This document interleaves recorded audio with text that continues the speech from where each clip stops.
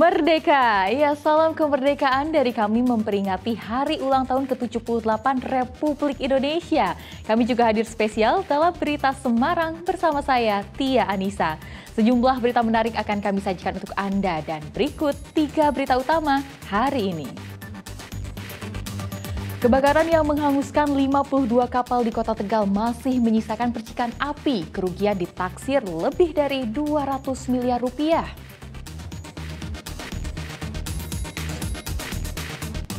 Ratusan warung PKL di Jalan Pantura Lingkar Demak diratakan dengan tanah karena tidak berizin dan kerap dijadikan tempat prostitusi.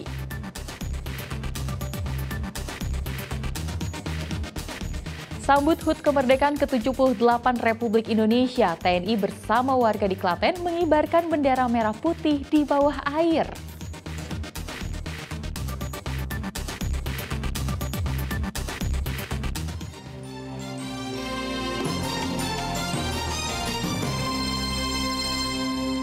Kita ke informasi pertama. Kobaran api yang menghanguskan puluhan kapal nelayan di Pelabuhan Jongor, Tegal Sari, Kota Tengah masih menyisakan percikan api. Petugas terus berupaya memadamkan api dan melakukan pendinginan. Akibat musibah ini 52 kapal nelayan ludes.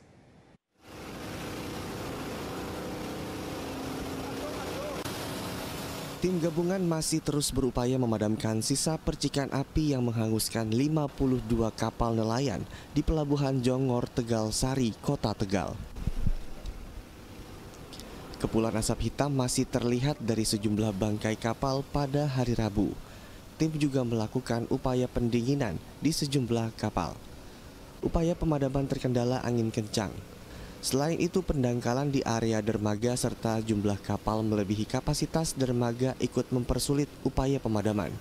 Sejauh ini terdata ada 52 kapal yang terbakar, namun tim akan mensinkronkan data tersebut dengan visual drone.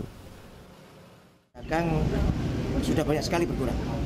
Jadi tinggal ada beberapa titik yang mana itu adalah bekas-bekas atau sisa dari kapal yang sudah loading BBM, sehingga saat ini adalah sisa-sisa solar yang terbakar, sehingga membutuhkan perlakuan khusus, sehingga kami dengan kawan-kawan dari Dinas Pemadam Kebakaran kita sama-sama berusaha.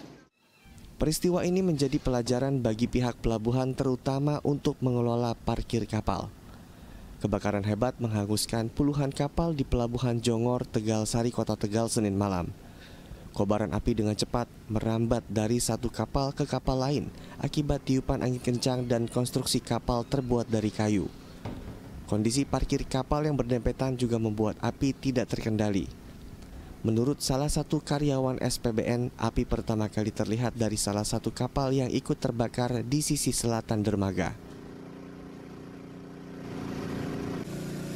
Sugihartono melaporkan dari Kota Tegal. Sementara itu, tim Lapor Polda Jawa Tengah menggelar olah TKP awal untuk menyelidiki kronologis dan penyebab kebakaran. Sejauh ini terdata 52 kapal nelayan ludes dilalap api.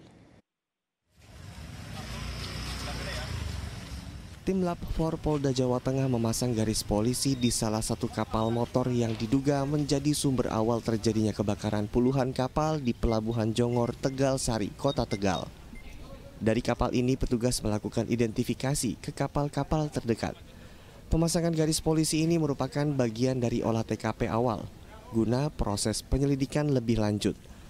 Dari hasil identifikasi awal Lapor dan Ditpol Airut Polda Jawa Tengah, diketahui jumlah kapal yang terbakar sebanyak 52 unit.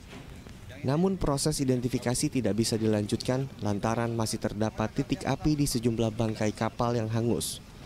Selain itu, asap pekat tebal yang menyelimuti kawasan dermaga pelabuhan juga menyulitkan petugas melakukan olah TKP dan identifikasi. Ini masih dalam proses, Mas. Kita masih kumpulkan para saksi. Ya. Tapi yang pasti penyebab kebakaran ini harus dari lapor yang menentukan. Ya.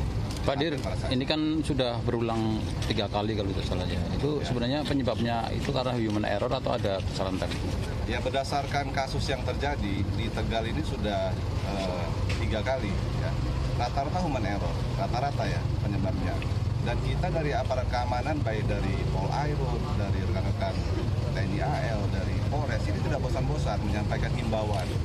Himbauan sudah ada larangan apa yang harus dilakukan di pelabuhan, ini sudah berulang kali. Tapi tetap aja ada human error dalam kasus kebakaran ini. Olah TKP dan identifikasi lanjutan akan dilakukan Senin pekan depan, menunggu kebakaran benar-benar sudah mereda. Kuncoro Wijayanto melaporkan dari Kota Tegal. Dampak puluhan kapal terbakar, ratusan anak buah kapal di Pelabuhan Tegal Sari kehilangan mata pencaharian. Pemerintah Kota Tegal menyalurkan bantuan sembako kepada mereka dan juga akan memberikan pinjaman lunak kepada pemilik kapal. Pasca 52 kapal terbakar, dermaga Pelabuhan Tegal Sari Kota Tegal meninggalkan bangkai kapal yang ludes dilalap api. Pantauan Rabu pagi, sebagian bangkai kapal masih mengeluarkan kepulan asap hitam dan percikan api. Percikan api bersumber dari bahan bakar solar kapal. Petugas masih terus berupaya memadamkan percikan api. Himpunan Nelayan seluruh Jawa Tengah mendata sedikitnya 52 kapal terbakar dengan kerugian mencapai 208 miliar rupiah. Tambah atau nilai kerugiannya itu berbeda-beda. Kalau yang misalnya kosong dengan ukuran ketek kapal di atas 60 ketek itu hampir 3,5 miliar. Nah, bagaimana dengan kerugian kalau yang sudah kebakaran? Maka itu sudah angkanya lebih tinggi, ada solar dan sebagainya. Kalau kita kumulatifkan dan kita rata-ratakan, taruhlah satu kapal lebih 4M dikali 52 kapal, berapa itu sudah berapa ratus juta? Kira-kira itu ngobrol dihitunglah dari teman. Akibat musibah ini, ratusan anak buah kapal kehilangan mata pencaharian. Pemerintah Kota Tegal menyalurkan bantuan sembako sebanyak 1.200 paket kepada para ABK untuk meringankan beban mereka. Bantuan berupa 5 kg beras, 1 liter minyak goreng, dan 5 bungkus mie instan. Sedangkan untuk pemilik kapal akan diberikan bantuan berupa pinjaman lunak dari Badan Layanan Umum, Lembaga Pengelola Modal Usaha Kelautan dan Perikanan. Ada bantuan sembako yang berjumlah 1.100. Jadi ini kita berikan dari pemerintah Kota Tegal untuk ABK, ya, untuk ABK kapal dan juga penyewa kios yang berdampak. Ini kita berikan bantuan dari seluruh ABK, ya, yang berjumlah dari 50 kapal yang terbakar, ya, 52 yang terbakar. Ini mudah-mudahan bisa meringankan beban. Untuk mencegah agar musibah serupa tidak kembali terulang, Pemkot Tegal minta Kementerian Kelautan dan Perikanan agar dermaga Pelabuhan Tegal Sari Kota Tegal segera direvitalisasi dan diperluas. Luas dermaga Pelabuhan Tegal Sari yang mencapai 17 hektar dianggap sudah tidak mampu lagi menampung kapal para nelayan. Sugiartono melaporkan dari Kota Tegal. Isak tangis pedagang mewarnai penertiban warung pedagang di Jalan Lingkar Demak. Namun petugas tidak berkompromi karena warung-warung ini didirikan di atas tanah negara tanpa izin dan kerap digunakan sebagai tempat prostitusi terselubung.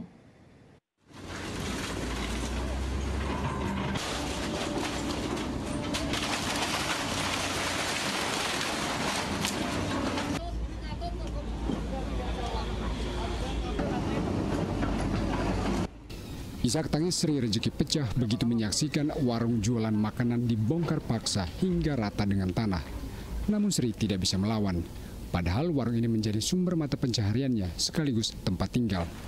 Warung milik Sri dan puluhan warung semi permanen lainnya di sepanjang Jalan Pantura Lingkar Demak dibongkar paksa petugas gabungan Satpol PP Demak Selasa siang. Petugas mengerahkan alat berat eskavator. Terus gimana Bu kalau digusur gini Bu? Nggak tahu tinggal di mana. Udah ada tempat untuk berjualan lagi nggak Bu? Udah berapa lama Bu kalau di sini Bu? Udah lama. Ada 10 tahunan Bu. Kurang lebih ya. Nanti mau apa ke lapak di mana nanti belum ada tujuan. Ini tadi sebenarnya sudah ada surat peringatan? Sudah ada Pak. Berapa kali? 3 kali. Terus ini sebagian dibongkar sendiri ya? Penertiban dilakukan karena warung-warung ini berdiri di atas tanah negara tanpa izin dan kerap digunakan sebagai tempat prostitusi terselubung. Pemerintah Kabupaten Demak telah melayangkan surat peringatan sebanyak 3 kali, menyusul desakan Balai Besar Pelaksanaan Jalan Nasional dan instalasi samping. Tanah negara, tanah nasional, juga ada tanah daerah, tanpa izin yang lagi meresahkan masyarakat dan tempatkan praktek-praktek yang tidak benar untuk prostitusi. Jadi banyak sekali ukuran masyarakat, tokoh agama, dan Kapolres, dan dari instansi dari yang memiliki jalan-jalan ini juga mengusulkan untuk segera ditertibkan.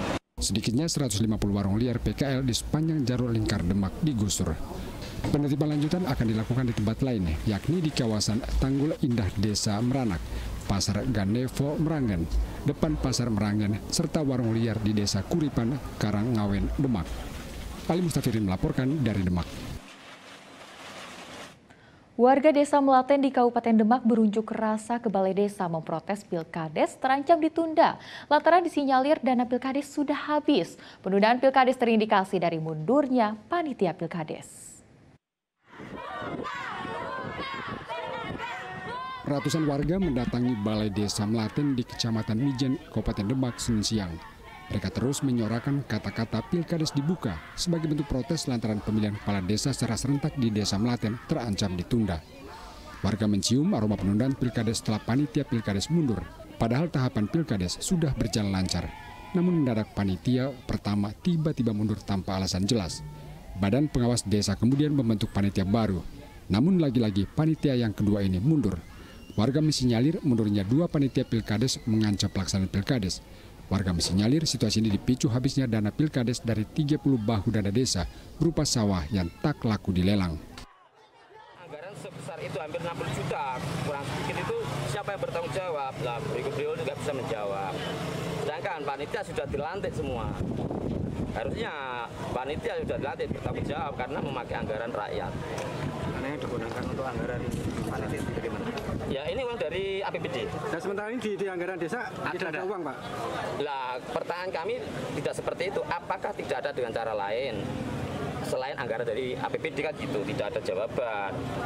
Makanya dari kami yang saya ambil dari langkah pertama dari sesuai ranah saya, ini uang anggaran rakyat aset negara, jadi harus dipertanggungjawabkan gitu.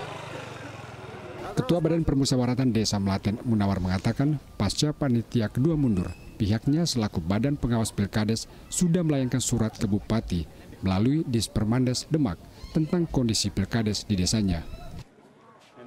Panitia dua-duanya mundur kan gitu, termasuk itu anggaran juga anggaran Pilkades karena panitia yang pertama dan kedua adalah sudah mengeluarkan biaya dan kalau misalnya dilanjutkan itu saya tentunya rapat dengan Pemdes itu tidak ada anggaran.